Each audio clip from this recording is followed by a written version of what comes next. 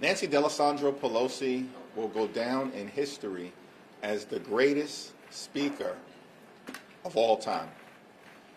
Her tenure has been iconic, legendary, historic, and transformational.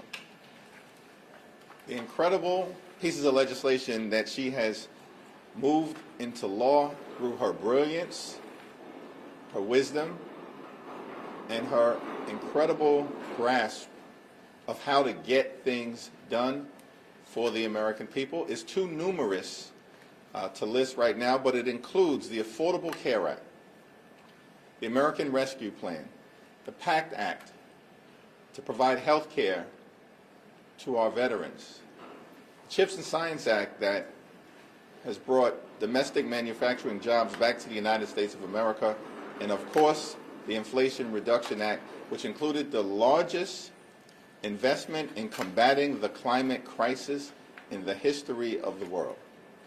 As a result of Nancy Pelosi's historic tenure, the nation is better off today than the one she found upon her arrival in 1987. It's been an honor and a privilege to be able to serve with her, work with her, be mentored by her, learn from her, and get things done for the American people alongside her historic tenure as Speaker. This is day 37 of the Trump Republican shutdown. And the position of House Democrats remains the same. We will not support a partisan Republican spending bill that continues to gut the health care of the American people. We're ready, we're willing, we're able to sit down with our Republican colleagues anytime, any place, in order to reopen the government, to find a bipartisan path forward, and to decisively address the Republican health care crisis that continues to crush people all across the country. Tens of millions of Americans who are in the open enrollment period right now are seeing their premiums, copays, and deductibles skyrocket, in some cases, by $1,000 or $2,000 per month. That is unsustainable, particularly in this country right now, which is experiencing an affordability crisis. Life has gotten more expensive under Donald Trump and Republican policies. This is from a group of people led by Donald Trump who promised that costs were going to go down on day one. Costs haven't gone down in America. Costs are through the roof. Housing costs are up. Grocery costs are up. Child care costs are up. Electricity bills are skyrocketing. And now, because of the Republican refusal to extend the Affordable Care Act tax credits, health care premiums are going to drive some people into medical bankruptcy, and tens of millions of folks won't be able to provide a doctor when they need one. That's why we have to decisively address the Republican health care crisis. And that's why we need Donald Trump to show some leadership. Stop hiding. Show some leadership. Direct Mike Johnson and John Thune, both of whom work for you. Donald Trump is the puppet master of congressional Republicans. Show some leadership. Direct them to sit down so we can authentically enter into a bipartisan negotiation and end this Republican madness now. Questions? Michael?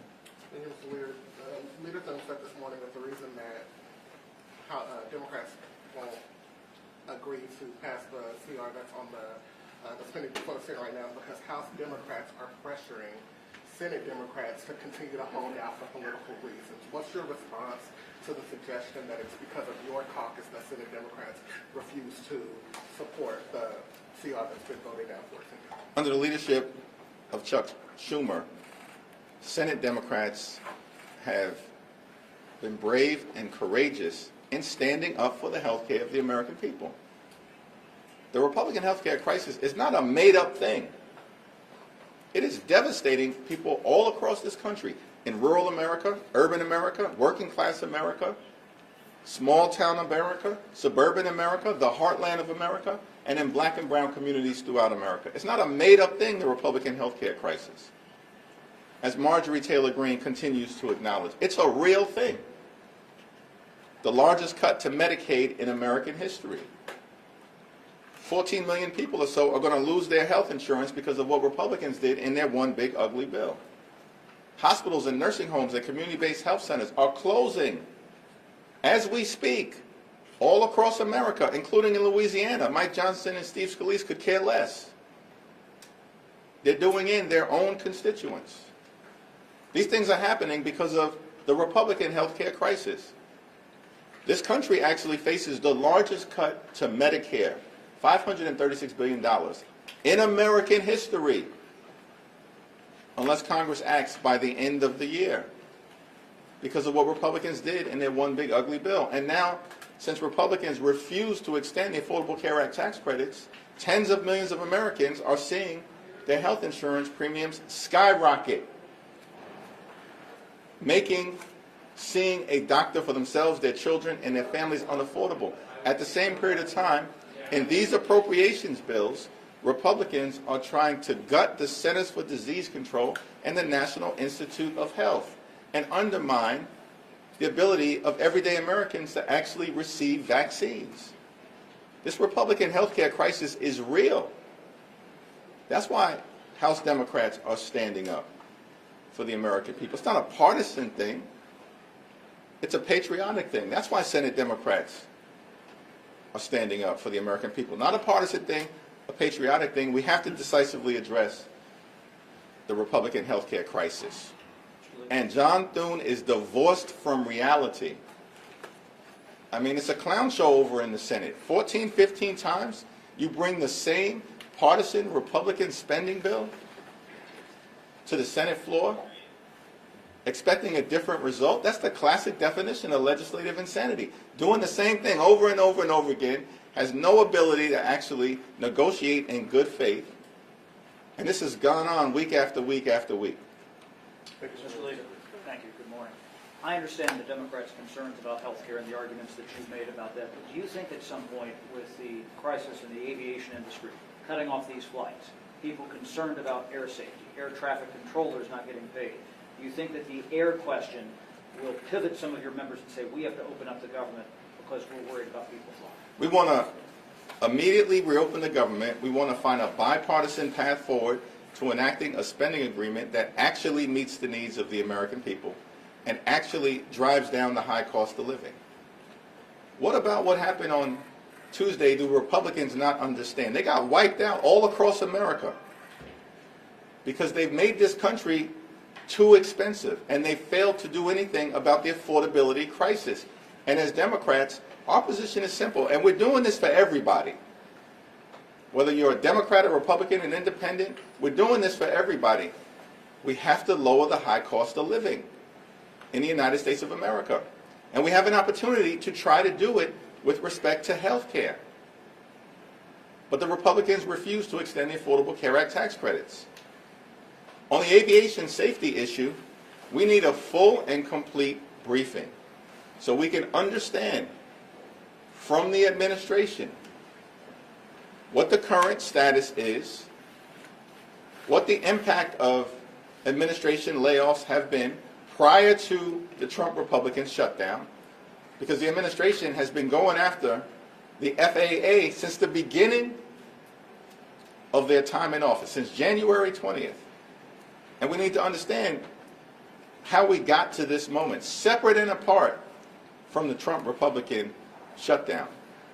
The problem is it's like impossible to have a congressional briefing with House Republicans on vacation. 6 consecutive weeks they've canceled votes. I mean, it causes you to answer or ask the question, is there such a thing as a 4-ring circus?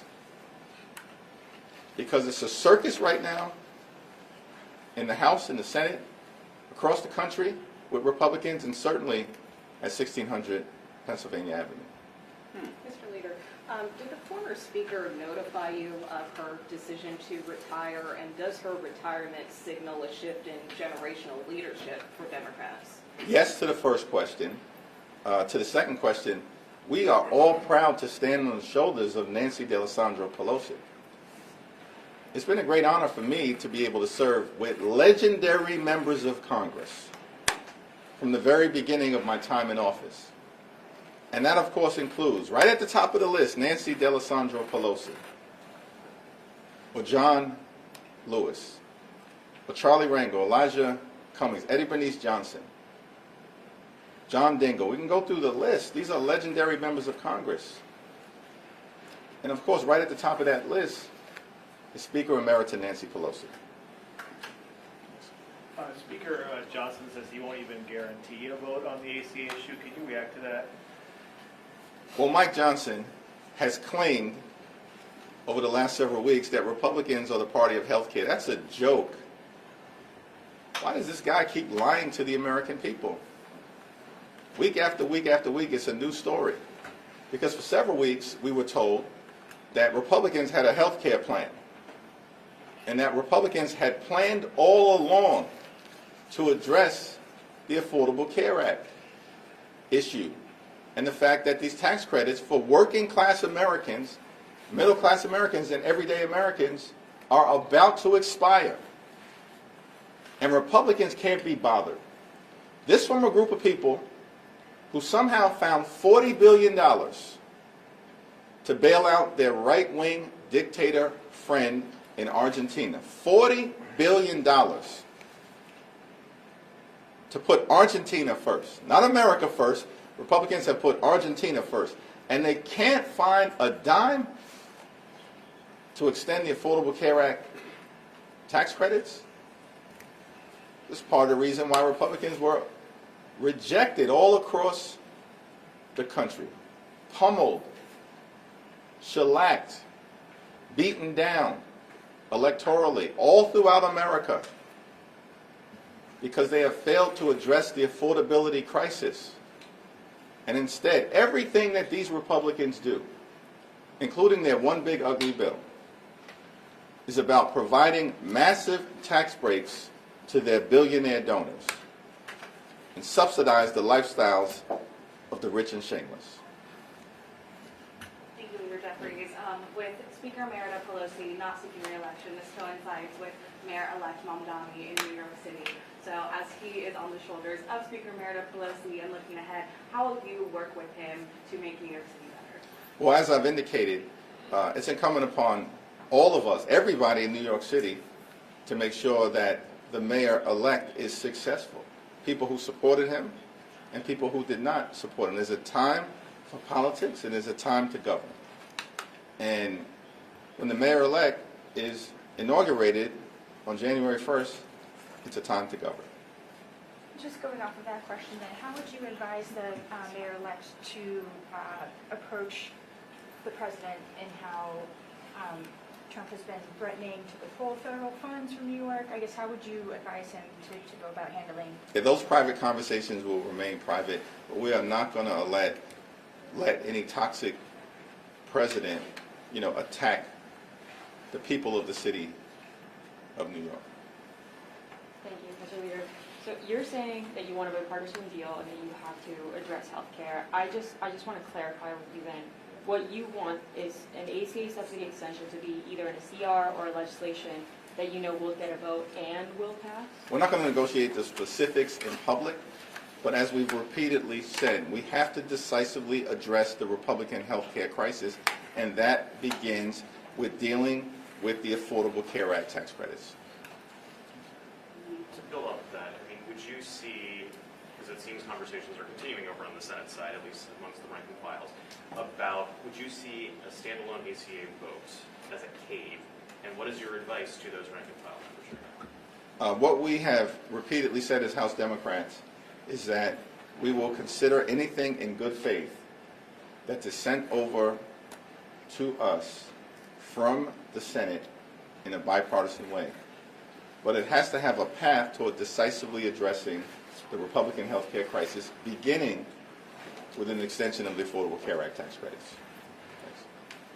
All right, lastly, let me just say, Trump has stunningly made the point that the economy in this country is going well. It ain't going well. Everyday Americans know that they are working hard, they are playing by the rules, and they cannot get ahead. They can barely get by. The cost of living in this country is way too high, and Republicans are clearly out of touch, focused solely on the wealthy, the well-off, and the well-connected. As Democrats, we're going to continue to work hard to drive down the high cost of living, to fix our broken healthcare system, and to clean up corruption, to deliver an America that works for working class people. Thank you, everyone. Thank you.